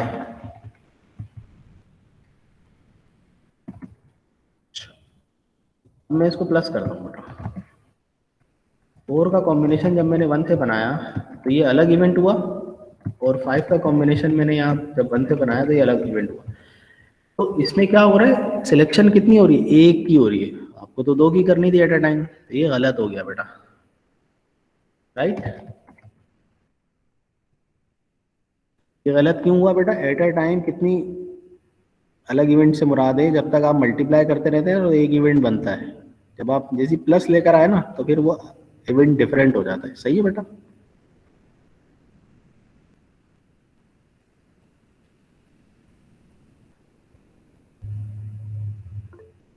चले मैं एक और इसको क्लियर करने के लिए एक सवाल और लेता हूँ।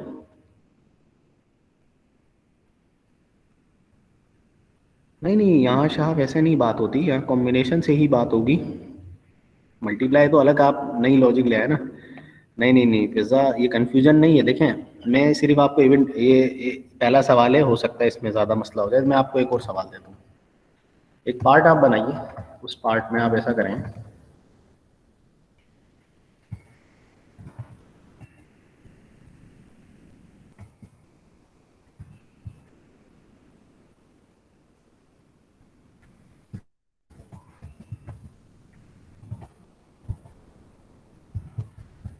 इसका जवाब आप लोग क्या लिखेंगे, यानी इधर दोनों बॉयज हों और दोनों गर्ल्स हों। अब इसका क्या लिखेंगे बेटा, और आ गया यहाँ पर, इसका जवाब क्या लिखेंगे आप लोग। इसका जवाब हम लिखेंगे कि नहीं नहीं नहीं नहीं नहीं, 9 कॉम्बिनेशन 2 इसमें गलत है। गलत क्यों है, क्योंकि हो सकता है वो एक बॉय और एक गर्ल भी सिलेक्ट कर ले, उसमें भी वो आ जाए। पिज्जा 9 जो है ना फ्रॉम ऑल है, फ्रॉम ऑल का मतलब एक बॉय और एक गर्ल अगर सिलेक्ट हो गए ना तो वो भी इसमें आएगा 9 कॉम्बिनेशन में। ये होगा कि आप अलग से बॉयज को सिलेक्ट करें, और की वजह से क्योंकि दूसरी भी कंडीशन है तो प्लस करेंगे, गर्ल्स को अलग सिलेक्ट करेंगे। Just Bareera Bareera right.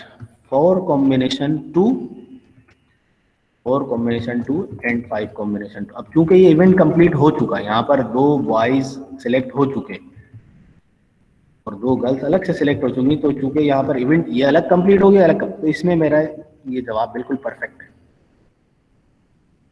आया समझ में बेटा। देखें इवेंट कंप्लीशन के और भी हमारे पास सवाल हैं, आगे आएंगे, तो अब घबराएं मत। इवेंट कंप्लीशन से कि इवेंट कंप्लीट कैसे होता है।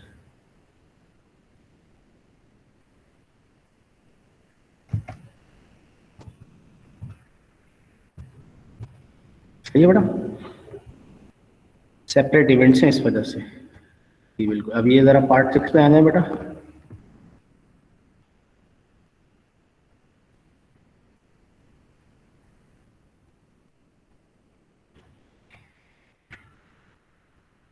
सिक्स में क्या होगा बेटा, एक गर्ल तो लाजमी ही चाहिए ना। तो आपने पहले देखें ये कंडीशन हो गई ना कि 1 girl is to be selected, तो एक गर्ल आउट ऑफ 4 आप सिलेक्ट करें पहले, ये कर ली मैंने। ठीक है, ये अभी क्या ये इवेंट कंप्लीट हो गया बेटा, पिज्जा आप बताओ, क्या ये इवेंट कंप्लीट हो चुका पिज्जा, यस और नो। नहीं हुआ, नहीं हुआ। वजह कि भाई आपको नहीं, फिर देखें पिज्जा ये जो आपने लिखा 5 कॉम्बिनेशन 2 और 8 कॉम्बिनेशन 2, इसमें क्या मसला है, इसमें मसला ये है कि आपने 4 की सिलेक्शन कर दी पिज्जा।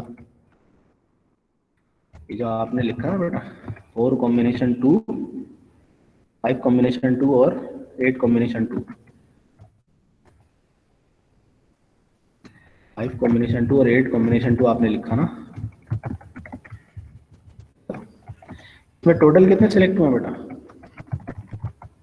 टोटल कितने हुए सिलेक्टेड, 4 हुए बेटा। क्योंकि आप ये देखें ना पिज्जा, तो 4 एट अ टाइम थोड़ी सिलेक्ट करने, एट अ टाइम 2 ही चाहिए हमें। तो ये गलत कॉम्बिनेशन बन रहा है ना भाई जी। हाँ इसमें देखा करें, यहाँ पर ये है सिलेक्शन आपकी आउट ऑफ 5 है या आउट ऑफ 8 है, लेकिन यहाँ 2 यहाँ 2, तो मल्टीप्लाई करने का मतलब total 4 eight a time select होगा, तो 4 थोड़ी हमें चाहिए बेटा। ऐसा ये गलत हुआ। 1 गर्ल और अदर 1 जो है ना, कोई भी हो, बॉय आए या गर्ल आए, कोई मसला नहीं। अच्छा अब जरा समझने की बात है आपको, ये तो एक बात समझने की चाहिए, तो एक यहाँ 1 और 1 इन दोनों की काउंटिंग जो है ना 2 होनी चाहिए। दोनों 1 1 मल्टीप्लाई हो गए, 2 सिलेक्ट हो रहे हैं ना एट अ टाइम, 2 सिलेक्ट। ये कितने में से आएगा, अदर एनी 1 क्या मतलब, 8 में से आएगा। वजह क्योंकि 5 और 4 9, 9 में से एक गर्ल को तो आपने फिक्स कर दिया भाई, यहाँ तो गर्ल की सिलेक्शन लाजमी है, लेकिन अब रेस्ट कितने रह गए बेटा, 8, रिमेनिंग 8 एलिमेंट्स। ठीक है बेटा, तो 8 कॉम्बिनेशन। अब ये सवाल है बेटा मेरा, आप इसका जवाब दें ज़रा सब।